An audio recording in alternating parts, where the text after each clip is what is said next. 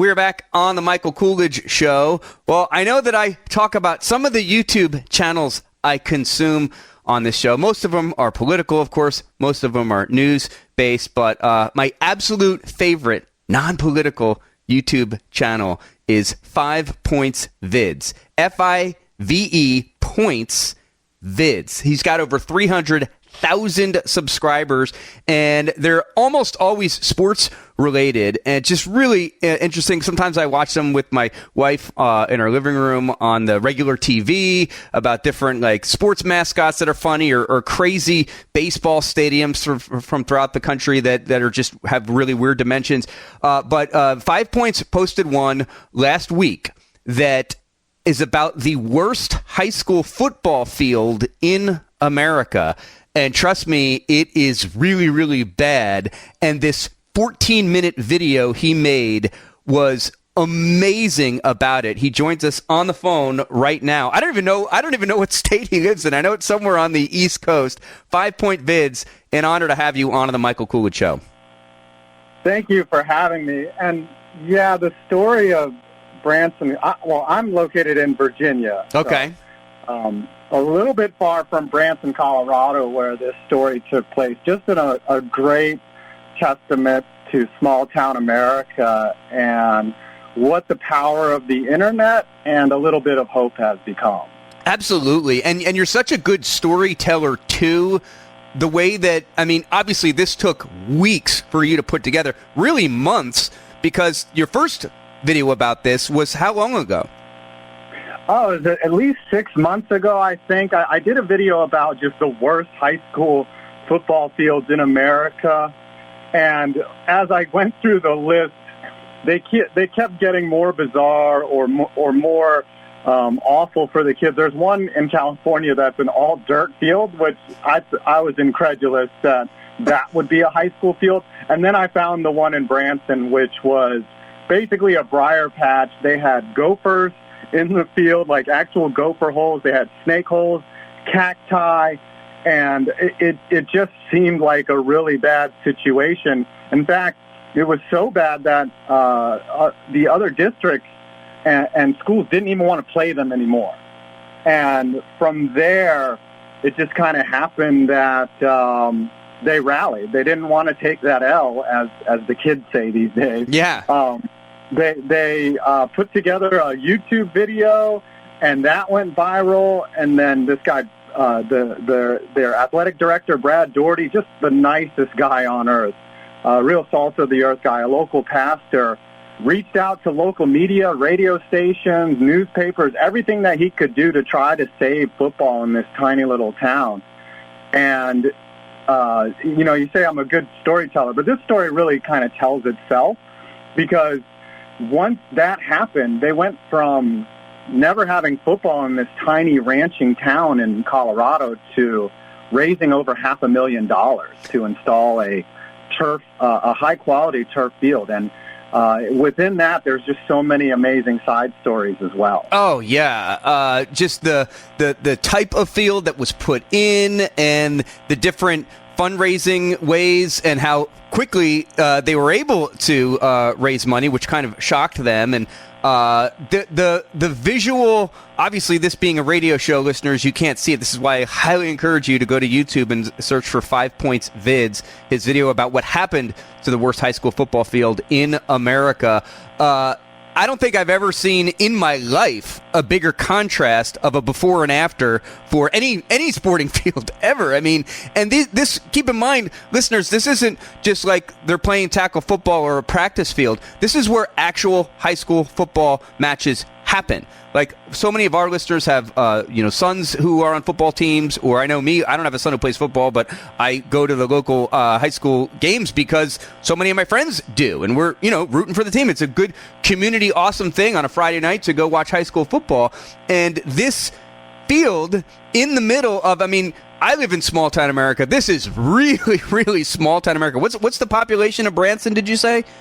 57 total residents. So 57. Yes. To see the field in clips and pictures before was just, that's why I ranked it number one as the worst. I've never seen, like, there's actually a video clip that they made, or that they put in the video of them, or that they used for the fundraiser, of the referee just tripping into a hole and falling on his face. And I just kind of see where the other districts were like, yeah, guys, this, great for effort, but we can't really play on this field. The ironic thing was that they really tried, too. That's probably the most heartbreaking part about the beginning of the story, was they tried to put in grass. They tried to water it. In fact, the field needed more water than the entire town needed at one point, and they really wanted to hold on to this dream. And unfortunately, it just wasn't in the cards for a natural grass field, because, man, when I drove out there, actually my friend Brandon and I drove out there, we kept driving. So I landed in Denver, and Brad had invited me to come out to the game, because you never know the reach of what you're going to do. So the whole town had, like, seen my video, and they're like, oh, we're the worst in America, huh? And this guy thinks so. So instead of, getting clowned by Brad, he invites me out there to come see the new field. And driving from Denver to Branson, which is on the New Mexico border of Colorado, it kept getting more and more remote. We started seeing less and less mountains. And Brandon keeps looking at me, and he's just like, are you sure? Do you know what we're doing here? Are we going to get, kidnapped or something? I was like, trust me, there's a field here. And when we get there, we happen, so we pull up, and we start pulling out our equipment, and the lady that parked us was like, are you the YouTube people? I was like, They immediately knew who you were. Yeah, they had been waiting for us, and that ended up being Brad's wife, just a lovely woman, and she's like, oh, well, we're just so happy for you to be here, and everyone in the town was like that. Like, it was amazing, because not only were they just gracious, but they could spot the outsiders within 2 seconds, because the foreman that built the field, he was like, you must not be from around here, because I didn't see you when I built the field, so you got to be something, right? I was like, yeah, I'm a YouTuber. And just when we walked out and saw the field, it was definitely a Field of Dreams type moment, where you see this field that should just not be there. And the orange and the green, and they had alternating colors for the 10-yard line, and of a deep, lush green and then a light green. And I hope people do go and see the video, because the field really is just amazing for what the stark contrast between the field and the tiny little K through 12. So every grade in the town is in this tiny little school. And to see the field out there, it really was a sight to behold. And I hopefully... the pictures that I took and the footage that I took don't even do it justice. Like, this could be something where, if you're driving from New Mexico to Denver or something like that, where you have to stop by and to see this field. Yeah. For sure. Oh, I bet you people are going to start doing it, kind of like Field of Dreams in Iowa, making the concerted effort to see this absolutely $500,000 football field in the middle of these these plains. I mean, it's not even. I've been to Colorado a couple of times, and I've driven there too from the east. And I know when you come in, the mountains take a while to get to. They're like in the middle of the state, right? And you probably didn't even get to the Rockies. I mean, this is way east of the Rockies, like you're talking about. This is basically New Mexico, same kind of terrain. Yeah, Brand told me. Yeah, when we plotted out the drive, he was like, "Oh, this is like not the scenic part of Colorado." He's like, "We're going to get right to the scenic part, and then we're going to turn left and go away from that." I was like, "Oh, this is great." So we're basically. I mean, I knew what to expect going into it. I just did not. It's like, until you see the actual realization of what's happening, you're not prepared. But man, it was really gorgeous, and they're still raising money. Like, they want to put in lights. There's no lights, there's no stands. This is all just a field right now. An absolutely gorgeous field, but yeah, I know towards the end of the video you talk about that they're not done. No, not at all. And I think what they could do, and they could make this a destination field like Dyersville, Iowa. Absolutely. Where people come and visit. They could add a concession stand, maybe they could add lights and of course bleachers. But what's also impressive is the quality of the field. So I met Kent Hartman, the co-owner of the company that helped install it. And what's an even better story was they gave a big hometown discount for building that field. Like they didn't charge any frills at all. Like it's really just a complete story of giving and not just the community of Branson coming together, but the entire country that donated to this effort. But the company Rocky Mountain Turf Solutions, like they made an exception for this field because it's probably a job that under normal circumstances they might turn down. Yeah, right? I mean the distance alone for bringing all their equipment and stuff, I'm sure. Right, yeah, and the hauling and the fact that there's a gas station. The closest gas station is an hour away. There's no restaurant. Like Brad Doherty, who I interviewed, he says, yeah, you do your weekly shopping in town. I was like, weekly shopping? Oh my gosh! Like my wife would hate living there. She'd be like, hey, I want some pretzels. I'd be like, you can't go down to Trinidad for the week, honey. You're just gonna have to suffer. Yeah. But the field itself, just touching. So I've been to AT&T. Yeah. What is that like? Like, yeah, the field. I mean, does it need to be watered, or how does this work? So the way that Kent explained it, there's like a layer of gravel underneath it, so the drainage on it is amazing, and then you feel the actual turf, which is. I felt the turf at AT&T Stadium a couple years back, and it's really soft. It was the same quality of turf as AT&T Stadium that they installed in this field in the middle of Branson, Colorado. Wow. And what's interesting is Kent keeps a sample of field turf. So here's some inside information on stadium gossip. NFL teams don't actually own the stadiums that they play in. So they let whoever owns the stadium install the turf. So they don't really have a say in what kind of turf goes in. Interesting. So Kent keeps a sample from MetLife Stadium of turf that is of lower grade quality than the turf that they installed in the Branson field. And that's his big selling pitch to high school districts that can afford it. It's like you're going to get not only a great turf, but it's 35% lower extremity injuries. It's going to be better than NFL fields, and it's less cost to maintain than a grass field. Like think about all the lawn mowing, the water, the pit, the injuries, the pitfalls, the mud of a grass field. It's all going to be solved by these turf solutions. So I asked him, I was like, are you busy? He's like, yeah, we're very busy right now. And looks like a good business to be in. Oh, yeah. I mean, this is just, it's so cool looking at it visually. But, yeah, you having physically touched it, it must be just a perfect place to play football on. I think it was one of your videos from years back. You and I are approximately the same age, I think. And the turf, when it came out in the 70s when NFL was playing on it in college, I mean, it was like playing on cement pretty much, right? People were getting hurt all the time. Yeah, especially in an indoor stadium where rain was not a factor. So they would just lay concrete and then a 2-inch rubber mat and then the turf. And I have a buddy that's an ex-NFL player that even today some turf is not good. And that's scary. That's frightening when if you set your fantasy roster, if you play fantasy football and you're wondering whether your player is going to get hurt on bad turf. Or if you're a team owner or a fan or anything like that, and watching the game in Colorado. So they also play only 6-on-6 football, which is fun to watch. It's like 3v3 hockey because there's so much space on the field. Oh, I bet. It was just amazing. And those kids hit. I was also very impressed by the level of athleticism and level of football that I saw. So one last cherry on top to the story is Branson.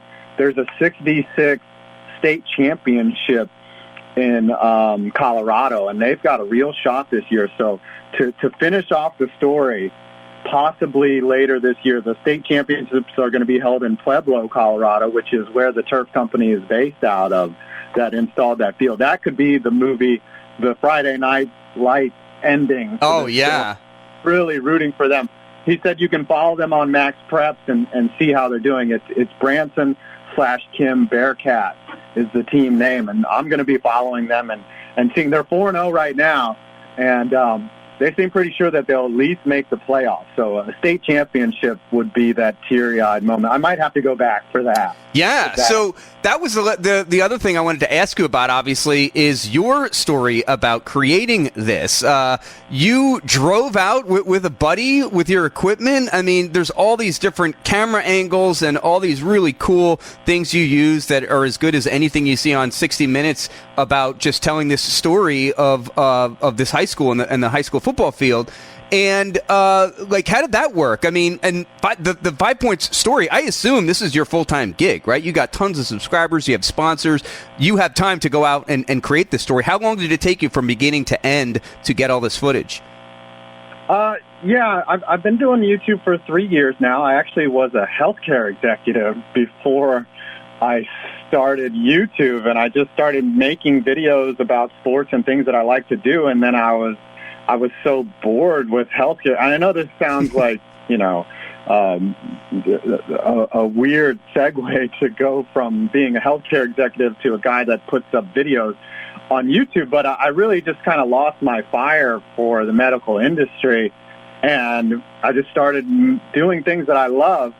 And yeah, the story itself, gathering the footage, that's really the easy part. Honestly, to have the time to go out there, I was very privileged that Brandon let me sleep on his couch basically for the weekend, so I was able to keep costs down. There's no Comfort Inn and Suites in Branson? No, in fact, when Brad emailed me and said, yeah, the closest hotel is an hour, I was like, we'll just come in the morning, man. Like, I don't know if I want to spend a day out there. But what the testament is now is just the power of YouTube and the power of alternative media. What I saw, and no disrespect to the major news outlets that covered the story, but they only get 3 minutes really to tell the story, right? Yeah. Like CBS did a great piece on it. KTV 11 did also covered it as well, but they're limited in many ways on how much time that they get. It's a great story, but they can't tell the full story. And I really wanted to tell the full story. So, and I know that my audience really loves the geeky part of stadiums. Yes. And that's one thing I've discovered in this journey is how many other stadium nerds are out there that just love the engineering of stadiums. I love the fact that you can get 80,000 people into an enclosed area efficiently and service them and have them leave all at the same time. Like it's been fascinating to me. But back to YouTube, where I get the privilege of telling the full story. And I'm also really blessed that the audience will sit and enjoy a 15-minute video about a small town in Colorado. And what's also amazing is, the equipment that I have, it's not expensive. It's not anything special. But in today, a lot of those videos are taken on my phone, or I do have a nice camera. But the power of media today has really shifted into individual creators, and I'm just one guy. And that's the one thing to sort of close it up is I've always had jobs, and they've always asked me to do one thing, right? Like, oh, you're good at sales. Oh, you're good at marketing. Creating content has been the only job where all the little things that I'm good at, I can do. I can do graphic design. I can do editing. I can do voiceovers. I can be funny. I can be serious. I can write. Being a jack of all trades in my life, where I would always do those things in a job just because we couldn't afford to hire someone to do it. Right. Now I can do it all on my own, and that's the most rewarding thing. And then anytime I can make someone teary-eyed or cried over a story that I've told really makes it worth it for sure. Well, I haven't showed my wife this video yet, but I know she's going to have a teary eye at the end of it. And for another reason is one of our cats we nickname a bear cat. He's our little bear cat, and that's the mascot of the Branson football team. So awesome. Last question for you: 5-Point Vids, 5Points Vids. What does 5 points mean? So when I first started my YouTube channel, I was actually a gamer, right? And you say you're about my age. Well, I think I'm a lot older than you, but when I first started it in 2013, I was an older guy doing games, and I wasn't really connecting with my audience. But my big shtick was that I would have 5 points of information in each video, like 5 tips that everyone would respond to that I thought would, and I really wasn't connecting. And then one day I was like, what if I just took 5 points and did like a top 5 countdown? And I did a video about NHL captains, and I was like, what if I scripted and actually tried for once instead of, like YouTube really is a thing where if you you get out of it what you put into it, and it's kind of disproportionate at the front because you put a lot into it up front, and then later you start seeing the rewards. But really, I started doing top 5 countdowns, and from there it just kind of evolved into narrative storytelling, is what I really like doing now. So I've kind of outgrown the name itself, but you don't want to rebrand on YouTube. No. You want to start off and you want to keep it that way, and you never want to change, unfortunately. If you want to do something different, just start a new channel. Yeah, no, that totally makes sense. I have a feeling that this most recent video you just uploaded, Thursday night, you are going to have a ton. I mean, you have some videos that have over 2 million views. This one obviously was only recently uploaded, but I have a feeling a lot of people are going to find it because it's so well done and it's such a great story. What happened to the worst high school football field in America? 5Points Vids.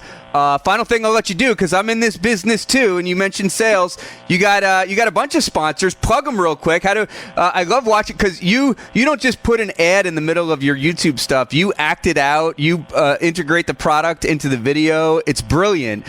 How about a Max Weldon one for our listeners? Yeah, Mack Weldon sponsored the video. They're a clothing company. They make excellent shirts, sweatpants. In fact, the really good thing about them is that they have a whole system for how to dress, all-day comfort. Like, they're going in the other direction. Like, they recognize that a lot of people are at home nowadays. I don't wear any. Like, I've got a closet full of business attire that hopefully I can use to start a fire pit one night. I never want to go back to a corporate job. But I just got to thank my sponsors, like Mack Weldon, Titan Investing, Manscaped, DraftKings, Raycon, and Hone Health and Cuts is another sponsor of the channel. So that's another side of the business of YouTubing that I never really expected. You know, like sometimes you get up and you're just like, oh, I got to do that read today, or I got to do that spot today, and it's you're money. like, wait a minute, is this my life? Right? Yeah. Like, and you're taken aback because it's inconvenient to do a spot, like, because you have to think actually and earn your money. But then you're like, this is my job. Like, yeah. I don't have to go to an office and wonder who stole my sandwich from the fridge. Like, I get to do this all from home, and it's really fun. And the sponsors have been great. And yeah, I think again it goes back to you get out of it what you put into it, and if you give your sponsors a good rub and not give them a wooden reed, like you'll get out of it what you put into it for sure. So thank you so much to the sponsors as well. Mack Weldon, and then the code is 5 points. Yeah, correct. MackWeldon.com. You can use the code 5Points for, I believe, 15% off your first order. Yes, and now I will invoice Mack Weldon for this free ad all over Illinois. No, I'm joking. But no, I totally respect the hustle, man, because I got to do it too. I'm in the same biz, just in a whole different sort of medium, but same concept. Heck, this was back to the origins of TV and radio. They were hawking soap and all this kind of stuff right on the first TV show. So this is how it is free for you, the listener, and you, the YouTube watcher people. This is why it's free. This is why you don't have to pay for it. So respect that and help us make this free stuff for you by going to KoolidgeForHillsdale.com and go to 5 Point Vids and buy all of his stuff from all of his sponsors on his YouTube channel there. It was so great chatting with you in person. 5 Points Vids, thanks for coming on the show. I really appreciate it. And listeners, go to 5 Point Vids, 5 Points Vids on YouTube and watch what happened to the worst high school football field in America. We will be right back on the Michael Koolidge Show. Stay with us.